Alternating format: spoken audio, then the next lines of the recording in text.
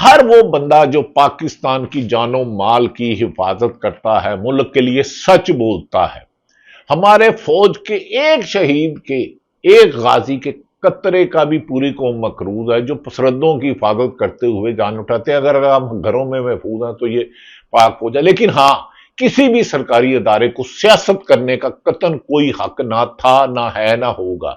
اسی لیے عمران خان نے واشگاف لوگوں کو کہا ہے کہ سیاستدانوں کو سیاست کرنے دی جائے۔ یہی ماضی میں آصف علی زرداری کہتے تھے کہ تم 3 سال کے لیے آتے ہو اور ہم ساری عمر ہیں، اور پھر دبئی چلے گئے۔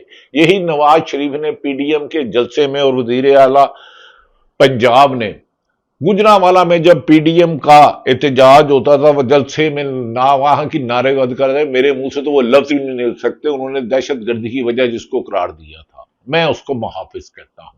اگر ایک دو بندے کوئی اختیارات سے تجاوز کرتے ہیں، چاہے صحافی غلط بیانی کرتا ہے، کوئی پولیس افسر بیوروکریسی یا کوئی دیگر اداروں کا، یا جج انصاف نہیں کرتا، تو اس سے پورے اداروں کو قصوروار نہیں دیا جا سکتا۔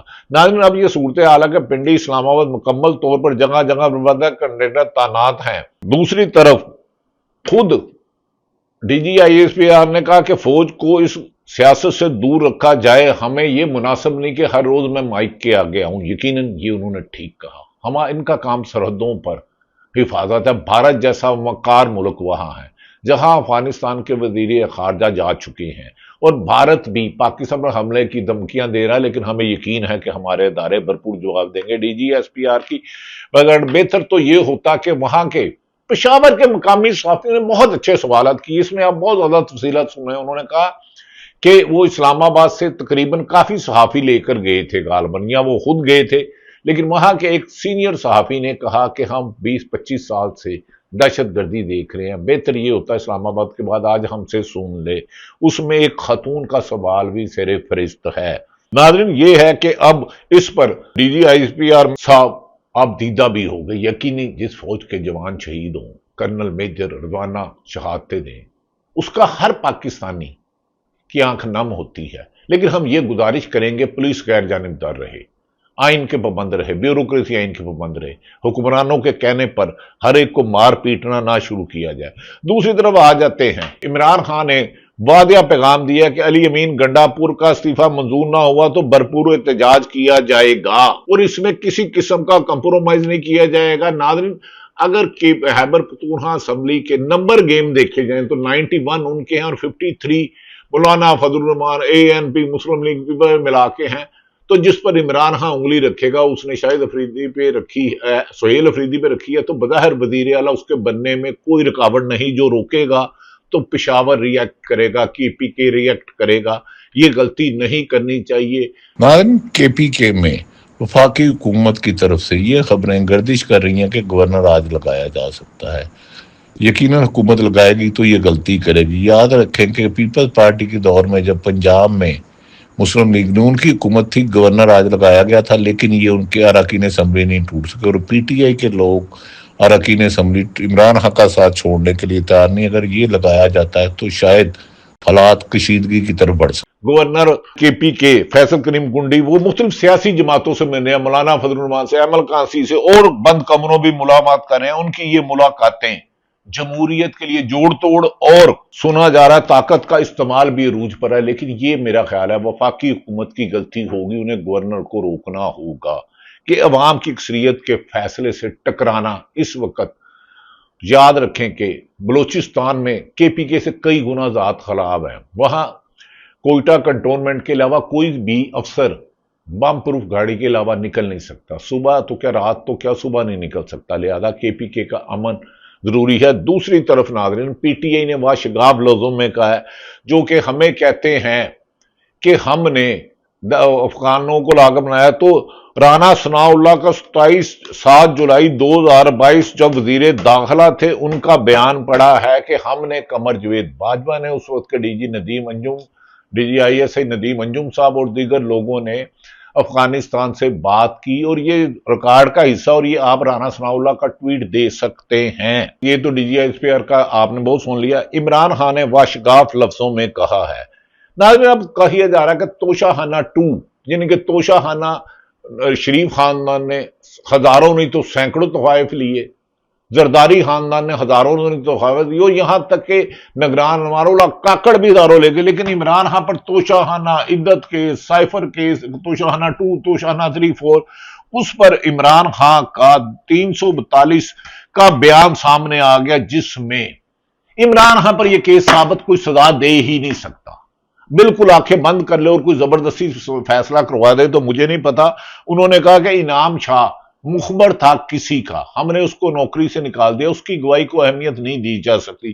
انہوں نے کہا کہ توشاہانہ کا یہ ہوتا ہے کہ آپ ظاہر نہ کریں، ہم نے ظاہر کی، اس کی پہلے دن ہی قیمت لگوائی، اور جو پہلے 15% تھی نواز شریف کے دور میں، یا 25% تھی، 50% لے کے لیا، لہذا اس کا جو دفاعی بیان ہے اس کے مطابق عمران خان کو توشاہانہ سزا 2 دینے پر سنا مشکل ہوگا، لیکن اگر کوئی ضد اور انا کی خاطر سزا دے دے تو میں کچھ نہیں کہہ سکتا۔ ناظرین، دوسری طرف یہ بھی کہا جا رہا ہے کہ موجودہ شاہد اور سہیل افریدی کو آفر ہوئی کہ ہم سے ملاقات کریں، انہوں نے انکار کر دیا۔ بعض غیر جانبدار حلقے کہہ رہے ہیں کہ نواز شریف کو اب اپنی پارٹی کو ہدایت کرنی چاہیے کہ کے پی کے حالات خراب نہ کریں۔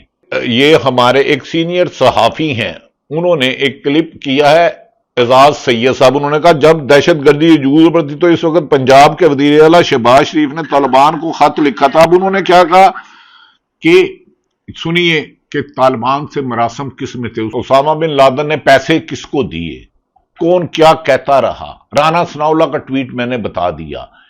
9 اپریل 2022 کو حکومت چلے گی، اور جولائی میں طاقتور حلقوں نے اور اس وقت کے وزیر اعظم جو اب بھی وزیر اعظم ہے محترم شہباز شریف، انہوں نے طالبان سے افغانستان جا کے مذاکرات کی اور ان کو لا کے بسایا، اور پی ٹی آئی نے اس کی مخالفت کی۔ جب سابق آرمی چیف قمر جاوید باجوہ نے کہا، انہوں نے مراد سعید نے وہاں پروٹیسٹ کیا، انہوں نے کہا انہیں نہ لا کے لائیں، کے پی کے کا امن تباہ نہ کریں، یہ ریکارڈ کا حصہ ہیں۔ اعزاز سید کیا کہتے ہیں یہ سنیں۔ 2013 میں ان پرٹیکولر 2013 میں تو وائپ آؤٹ کر دیا گیا تھا نا، ایسے چن چن کے مارا جاتا تھا ایسے، اور اے ایم پی والوں نے بڑی قربانیاں دی، سچی پیپلز پارٹی والوں نے بھی بڑی قربانیاں دی۔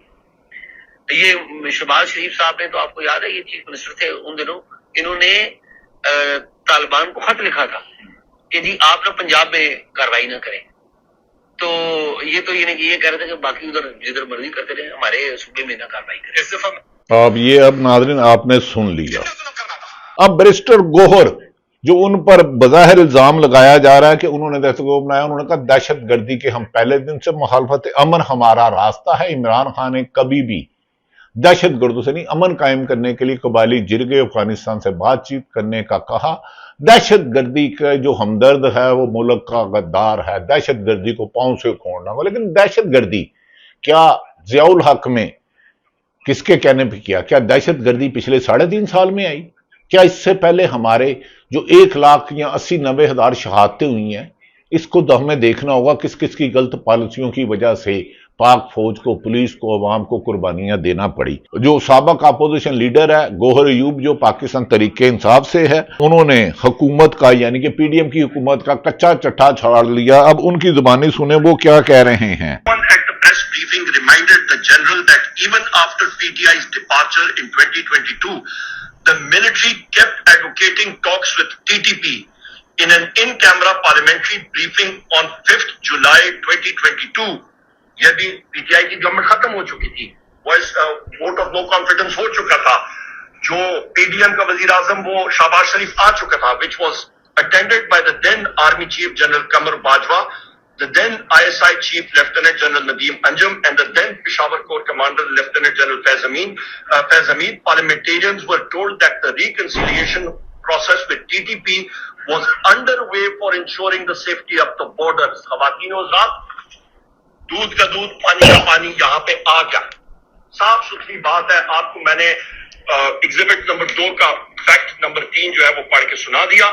5 جولائی 2022 کو پاکستان تحریک انصاف کی حکومت نہیں تھی، ہم اسمبلی سے چلے گئے تھے۔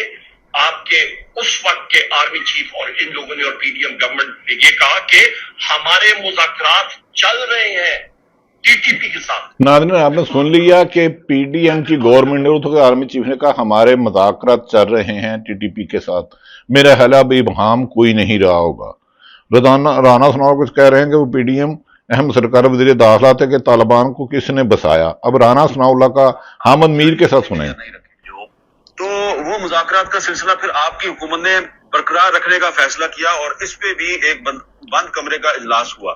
یہ مذاکرات کا سلسلہ اب آپ جاری رکھیں گے یا نہیں رکھیں گے؟ جو ٹی ٹی پی والے ہیں، طالبان ہیں، وہ سارے ایک پیج پہ نہیں ہے. ٹھیک ہے. وہ سارے جو ہے وہ نہ تو سارے اس بات پہ ہیں کہ جی ہم آئین اور قانون کے تحت جو ہے وہ کتابیں آ کے ہم جو ہے وہ پرامن طریقے سے جو ہے وہ اپنی زندگی گزارنی چاہتے ہیں، ہمیں جو ہے وہ معافی دی جائے یا ہماری جو سزا ہے اس میں جو ہے وہ کمی لائی جائے. کچھ ایسے ہیں ان کے ساتھ مذاکرات ہونے چاہیے، ان کو واپس آنے کا موقع بھی ملنا چاہیے. یہ اب اس وقت کے وزیر داخلہ رانا ثناء اللہ صاحب خود کہہ رہے ہیں پی ڈی ایم کے تھے. تو اب ثابت ہو گیا ناظرین، ہم نے دہشت گردی کے جھانکنے سے پہلے ہمیں اپنی 20-25 سالہ دیکھنا ہوگا کہ کہاں کہاں غلطیاں ہوئی. دہشت گردی کا خاتمہ ہی ملک کی ترقی ہے. اس کے لیے پورا ملک ایک تھا، ایک ہے، ایک رہے گا انشاءاللہ تعالی. جہاں کسی کی غلطی ہوئی ہے اس کو اصلاح کر لینی چاہیے. تیمور سلیم جھگڑا نے ایک اہم نقطہ اٹھایا ہے. ماریا میمن کے پروگرام میں کبھی میں نے ان کے ساتھ کام کیا تھا، بہت بڑی اینکر ہیں، ARY میں کام کرتی ہیں. اب تیمور جھگڑا کی سنیں کہ گورنر کے پی کے کیوں ملک کے حالات خراب کر رہے ہیں. ابھی 138 میں نے پڑھا کہ سامنے the chief minister may by writing under his hand addressed to the governor resign his office. یہاں یہ کہیں نہیں لکھا کہ گورنر نے ایکسپٹ کرنا ہے. تو جو قانون کا اسپرٹ ہوتا ہے، جو میری انڈرسٹینڈنگ ہے اور جو ان کی میلیفائڈ دکھاتی ہے گورنر صاحب کی، اور میرے خیال میں یعنی کہ اگر ایک ریپرزینٹیٹو آف دا اسٹیٹ جان بوجھ کے آئین کو توڑے تو پھر تو مطلب کہ اینٹی اسٹیٹ وہ ہوا، کیونکہ آج اینٹی اسٹیٹ ہونے کی دیکھیں نا حضرت، وہ انہیں جان بوجھ کے نہیں توڑنا چاہیے. جب ایک صوبے کی عوام ووٹ دیتی ہے تحریک انصاف کو یا ان کے حمایت یافتہ کو، اس کا وزیر اعلیٰ خود علی امین گنڈا پور کہتا ہے میں نے استعفیٰ دے دیا، وزیر اعلیٰ اس چھوڑ کے اپنے آبائی گھر چلے جاتا ہے، تو پھر گورنر صاحب استعفیٰ روک کر آپ کیا کریں گے؟ یہ ممکن نہیں ہے. ملک میں آئین اور قانون کی حکمرانی کریں، جمہوریت کو آگے جانے دیں. جمہوریت پر ڈاکہ عوام کے حقوق پر ڈاکہ ہوتا ہے، وہ ڈاکو کسی رعایت کے مستحق نہیں. ملک سے محبت کریں. پاکستان ہے تو ہم سب ہیں. صحافی کوئی بعد میں ہے، کوئی اسٹیبلشمنٹ، جج، سیاستدان، بزنس مین، تاجر، وکیل، ڈاکٹر، انجینئر بندہ، سب سے پہلے ہم پاکستان ہیں. پاکستان زندہ باد.